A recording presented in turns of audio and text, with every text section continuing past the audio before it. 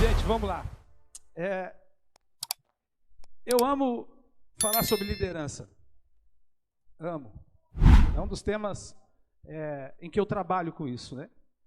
Trabalho com desenvolvimento em soft skills e liderança é um dos temas de mudança de comportamento. Então, o que eu vou falar com vocês aqui hoje, eu preciso que vocês, pelo menos, conheçam um jogo chamado xadrez. Tudo bem? Alguém aqui já ouviu falar do xadrez? Vou perguntar melhor. Quem nunca ouviu falar de xadrez? Levanta a mão. Ai, que bom. Eu pensei que talvez eu tivesse que dar uma aula de xadrez. Mas quem nunca jogou? Quem nunca jogou? Levante sua mão.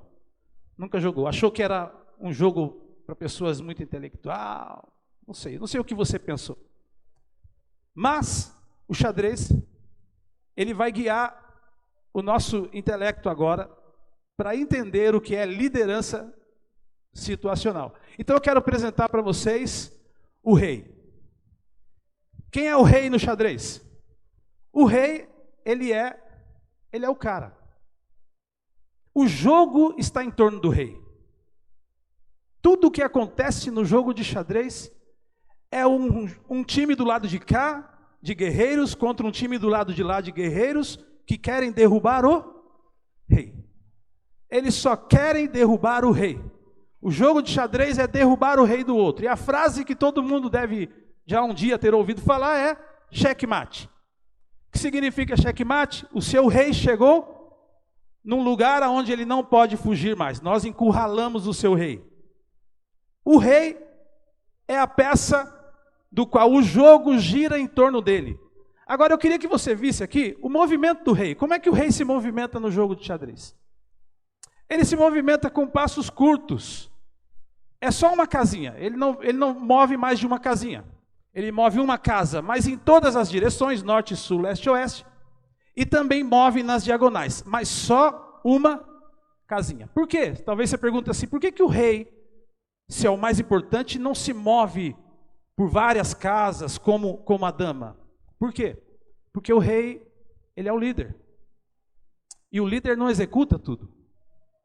O líder, ele sabe tudo o que está acontecendo. Mas se o líder começar a executar tudo, lembra que o destino do jogo é derrubar o rei? Se o rei sair da zona de segurança, o que acontece? Ele fica vulnerável. E aí ele vai cair. Certo? Entendendo um pouco do rei, vocês vão conhecer agora o bispo. E não é o bispo Júlio. Não é o bispo Júlio. É o bispo do xadrez. Tá? O bispo do xadrez, olha, veja, ele é imponente, tá? Ele anda somente na diagonal. Ele não tem direção norte, sul, leste, oeste. O bispo, ele só anda em diagonal. No jogo, vão ter dois bispos. Um na casa branca e o outro na casa preta. Ou seja, o bispo que saiu, que ficou na casa branca, ele só se movimenta nas casas brancas. E o bispo da casa preta só na casa preta. Sabendo e entendendo o que o bispo faz, então você vai conhecer o mais famoso de todos, o peão. O peão, ele é a menor de todas as peças, por isso tem 8 delas no jogo.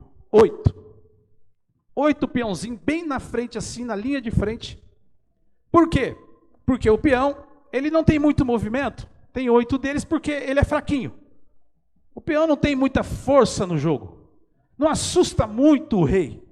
Raramente você vai ver, aliás, raramente não, você nunca verá um rei sendo pego por um peão. Ou seja, o peão é uma peça fraca, porque olha os movimentos do peão. O peão só se movimenta para frente, só norte. E só diagonal direita e diagonal esquerda. Agora com um adendo, tá? Ele só movimenta-se para diagonal se tiver aqui nesse lugar uma peça do inimigo.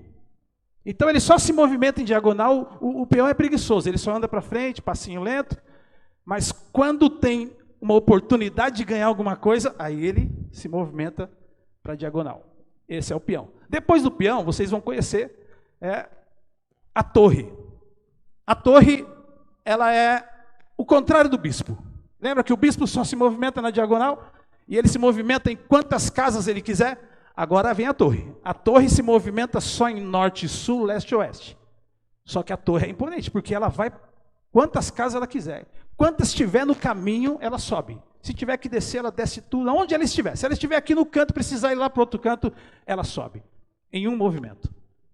Essas 3 peças que vocês aprenderam e viram agora, são peças importantes para o jogo. Mas tem uma que sobressai. Uma que sobressai, e essa uma se chama dama. Bom, gente, até aqui, né?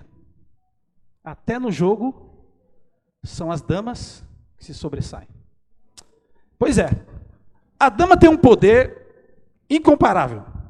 Incomparável. Veja, norte, sul, leste, oeste, diagonal, direita, esquerda, em cima e embaixo, para tudo que é lado, a dama se movimenta com força. Não importa onde ela estiver, ela se movimenta para qualquer lado que ela quiser. Essa é a dama. Aí você vai me perguntar, mas Júlio, por que você pulou o cavalo? Estava vindo numa sequência, por que você pulou o cavalo?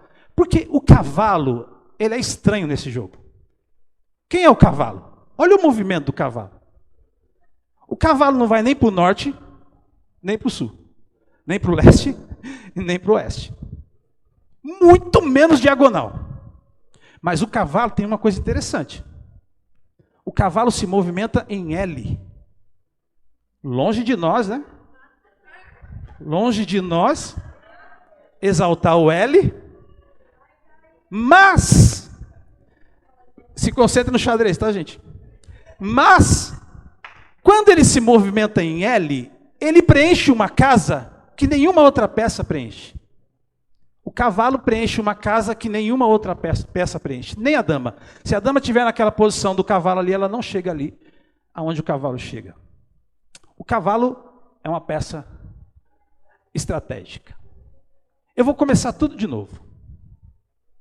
Vou começar tudo de novo, porque agora você já conhece os movimentos do xadrez, mas agora você vai ouvir sobre liderança situacional.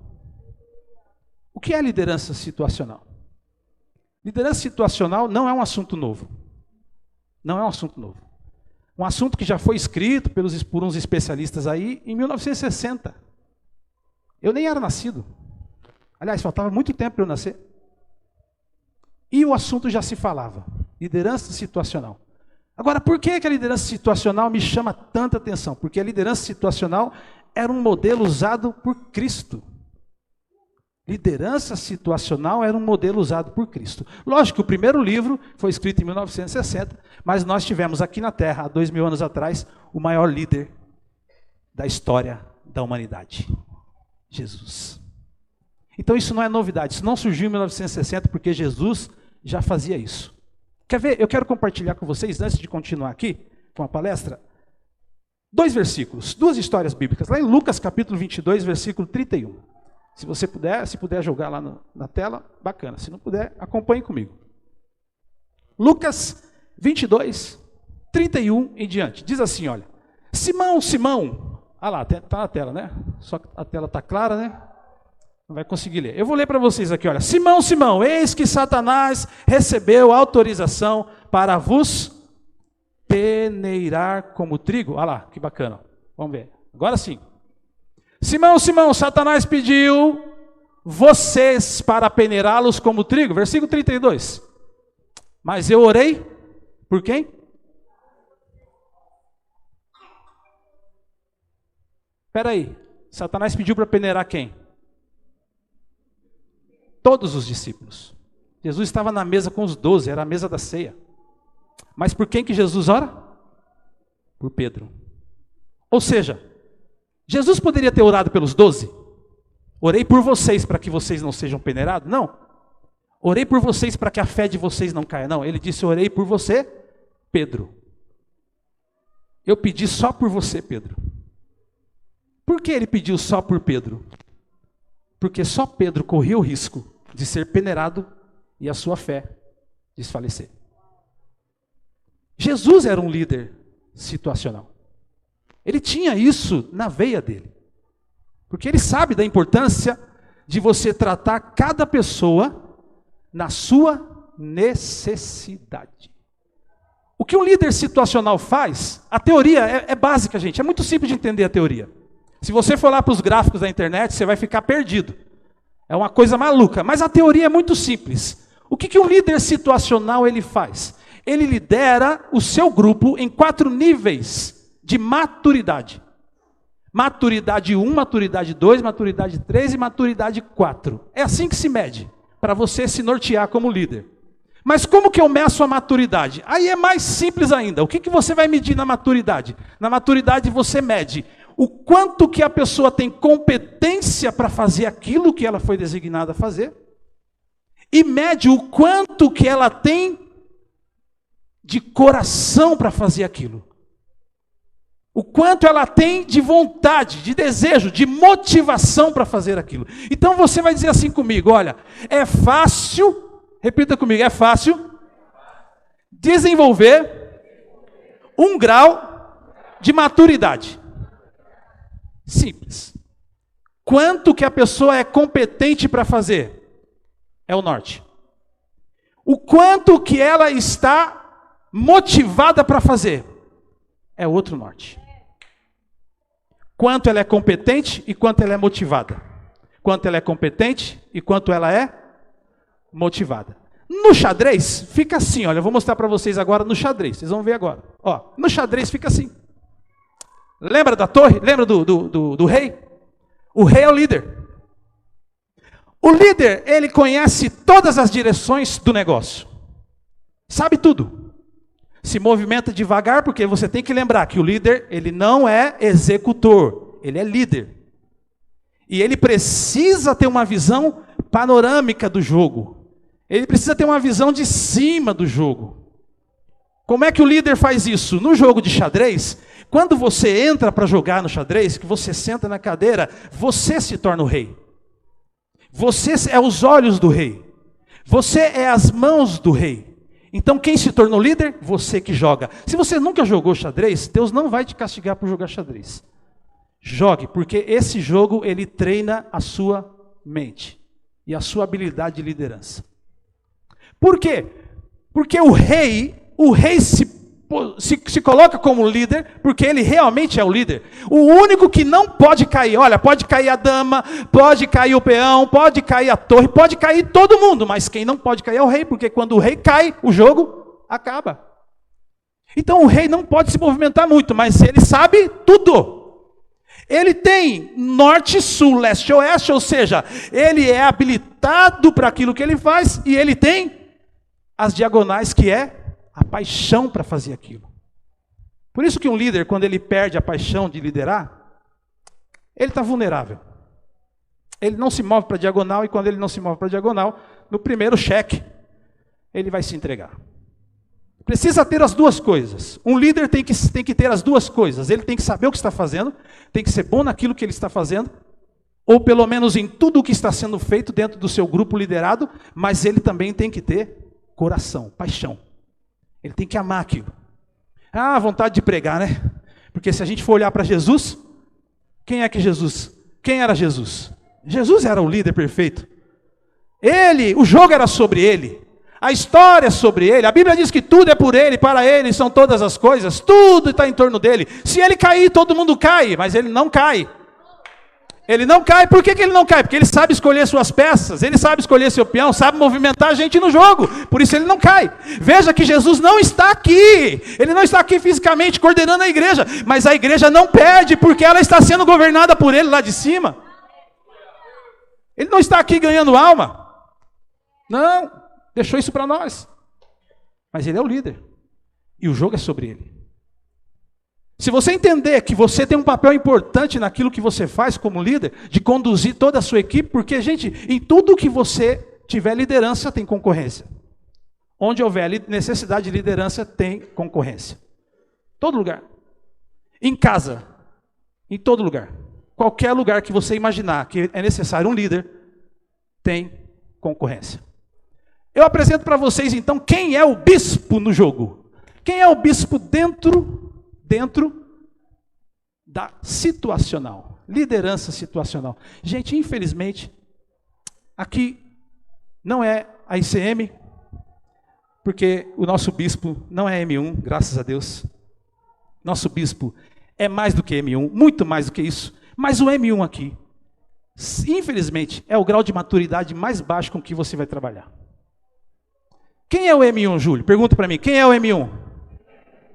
M1 é aquele grau de maturidade que a pessoa está envolvida emocionalmente com o que você está fazendo. Coraçãozão naquilo que você está fazendo. Ah, estou com você, vou com você até a morte. Ah, é isso aí, Aurilene, estamos junto. Coraçãozão. Mas você não pode pôr ele para fazer nada. Porque ele não sabe fazer nada. Ele só tem o coração. E existe um grande risco.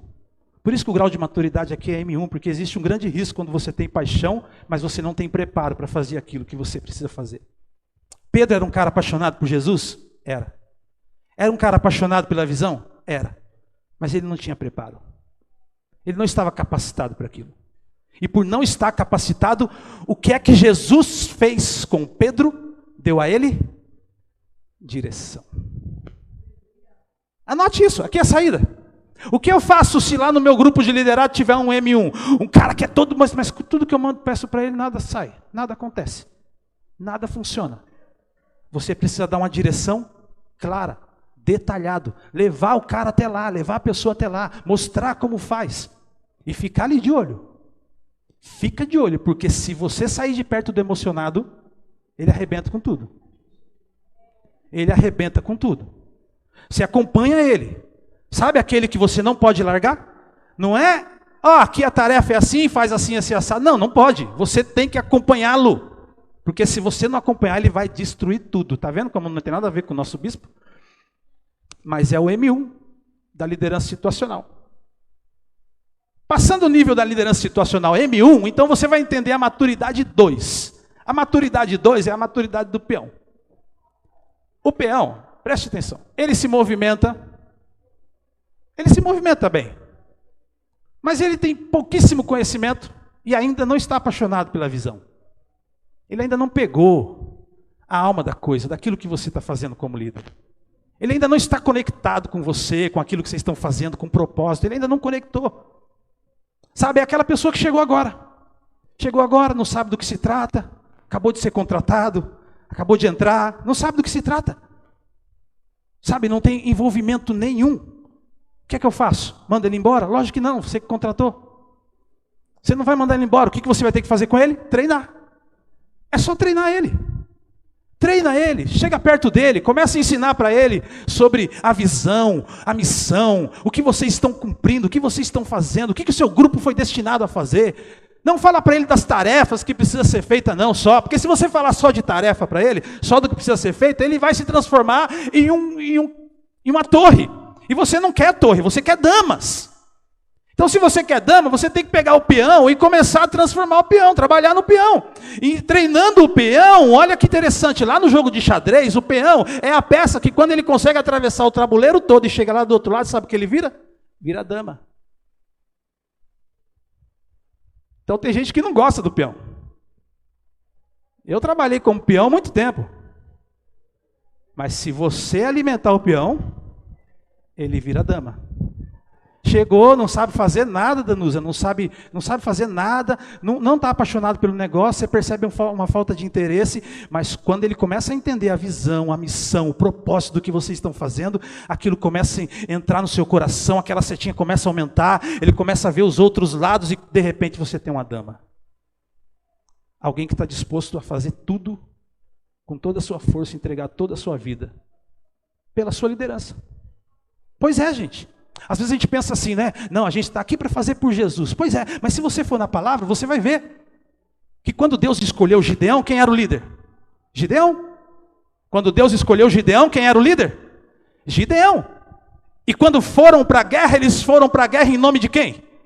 Em nome de Deus e de Gideão. Então nós estamos aqui em nome de Deus, mas estamos guerreando por Gideão. E o peão está pronto para aprender isso. Depois do peão, você vai entender que a maturidade 3 tem a ver com a torre. Por quê? É a pessoa que sabe tudo. A pessoa que sabe tudo. Você contratou o cara que no currículo, quando você leu o currículo, você disse, meu Deus, acertei. O cara sabe tudo, a pessoa domina tudo, conhece todas as áreas do teu negócio, sabe aquela pessoa que você acredita que vai alavancar o teu negócio, que vai, mas olha, ele não tem paixão por aquilo que vocês estão fazendo. Ele não está envolvido emocionalmente com aquilo que vocês estão fazendo. Ele não entendeu a visão, ele não pegou a visão, ele não está com você. Entende? Na primeira coisa que você der para ele fazer, que ele não quiser fazer, ele vai embora. E aqui eu estou falando de pessoas que você contrata como líder, né? Mas imagina a igreja, por exemplo, que a pastora não consegue contratar ninguém. As pessoas vão entrando. Elas vão entrando, nós fomos entrando. Eu cheguei aqui no ano passado, entrei por aquela porta ali e disse, prazer, pastor, tudo bem? Tudo bem, seja bem-vindo, fica aí no meu grupo. Imagina, você não contratou. E aí o cara chega, pastor, ele chega assim, olha, eu domino tudo, eu conheço norte, sul, leste, oeste, e aqui estamos juntos, e aí, pastor, pode me colocar onde você quiser aí, que eu arrebento tudo. Não arrebenta nada, na verdade ele arrebenta tudo mesmo, porque ele conhece tanto, mas não está envolvido com o coração do que está sendo feito, com o propósito do que está sendo feito. Então o que o líder tem que fazer? Dá para ele o quê? Apoio.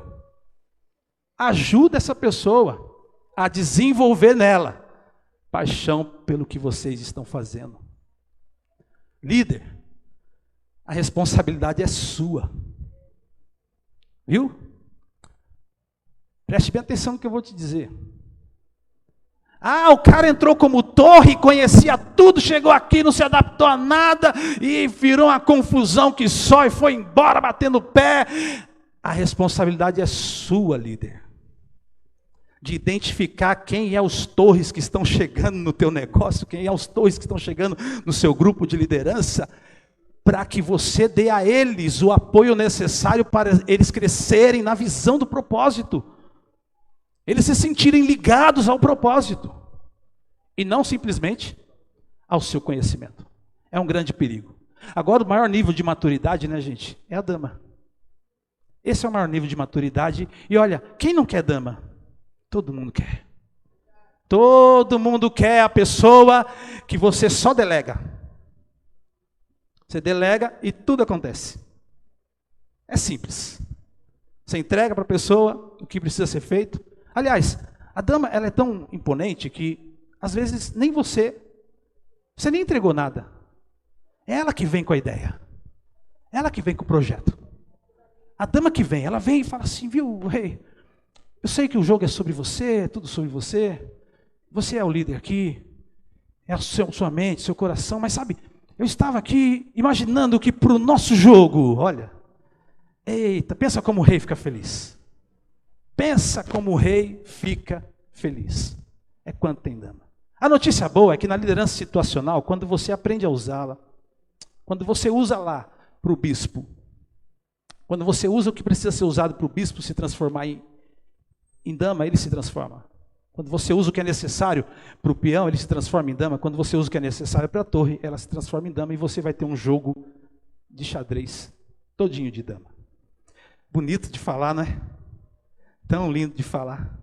Mas sabe onde está realmente a grande dificuldade aqui desse modelo de liderança?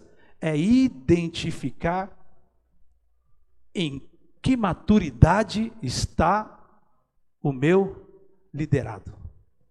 Qual é a maturidade dele? Será que ele é M1, M2, M3, M4? Enquanto eu fui falando aqui, eu sei que alguns de vocês foram pensando assim, rapaz, eu acho que eu sou M3. Eu acho que eu sou um M2. Sim ou não? Sim ou não? Alguém tem coragem de falar aí que M você é?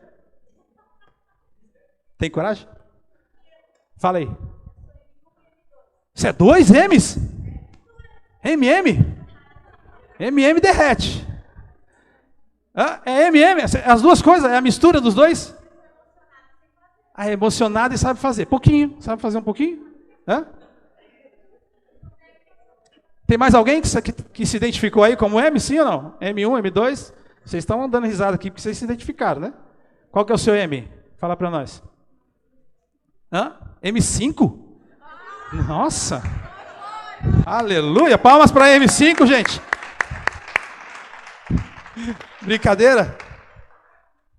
Gente, é legal a gente se identificando, falar assim, esse sou eu. Porque quando eu estava lendo sobre isso, né, relembrando esse modelo de liderança, eu comecei a me enquadrar relacionado à igreja, e eu fiquei pensando, peraí, opa, tem que aparar umas arestas. Por quê? De repente,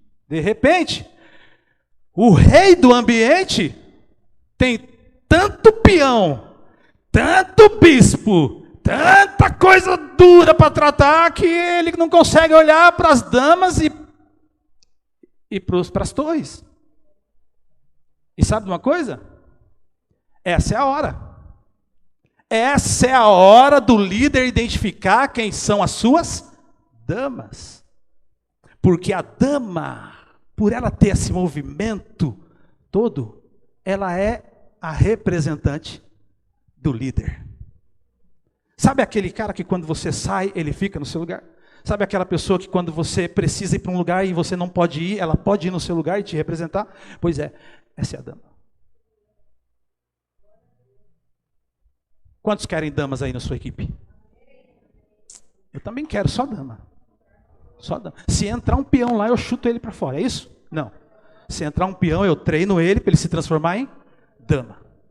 E aí sim, aí o jogo fica bonito, gente, porque olha, eu não sei se muitos de vocês não jogaram xadrez, então escuta isso. Quando o adversário seu, ele consegue transformar um peão em dama, gente, é quase impossível você reverter. É quase impossível você reverter essa história. Então o contrário também é verdade. Quando nós, como líderes, pegarmos aquele peãozinho, cruzinho, que não sabe de nada, né? Tem emoção, tem um pouquinho de emoção ali, mas não sabe de nada, e você transforma ele numa dama, seu grupo cresceu, desenvolveu, e você pode ir muito longe na sua liderança. Mas eu não vou embora, agora você já conhece o que é liderança situacional, mas eu não vou embora sem falar do cavalo. Não vou, o esquisito do cavalo. Ou estranho, ele não entra na liderança situacional, mas ele está no xadrez. Então eu vou falar do cavalo. Porque o cavalo, como ele é importante. Sabe o que a gente observa no xadrez? Que a gente tem que tomar muito cuidado com o cavalo. Porque no xadrez, é automático a gente imaginar diagonal, norte, sul, leste, oeste, direção e diagonal, direção e diagonal. É basicamente, olha, todas as outras peças se movimentam em direção e diagonal. Então a sua mente fica ali pensando, quem pode vir por aqui, quem pode vir por ali, quem pode vir na frente, quem pode... E nunca no L. Cavalo é um perigo. Eu já vi muito jogo terminar com cavalo matando o rei. Pois é. Então eu preciso de um cavalo. Diga comigo assim, eu preciso de um cavalo na minha equipe. Só tem uma notícia para você, você não tem domínio sobre ele. Não tem. Você só domina conhecimento, lembra? Norte, sul, leste, oeste e o envolvimento emocional. Mas o cavalo, você não tem domínio sobre ele, sabe por quê? Porque ele vem de fora. O cavalo não faz parte da tua equipe, o cavalo não faz parte da tua empresa, o cavalo não faz parte do teu negócio, o cavalo não faz parte do teu grupo, ele vem de fora. E vem com força, porque olha o que ele faz. Ele derruba inimigos onde você não enxerga. Então, líderes situacionais, que vocês se tornarão a partir de hoje, mesmo que vocês aprendam a lidar com M1, M2, M3, M4, vocês nunca serão o suficiente. Lembre-se que tem alguém do lado de fora, que pode entrar para olhar para o teu negócio e melhorar a sua liderança e os seus resultados. Deus abençoe a todos.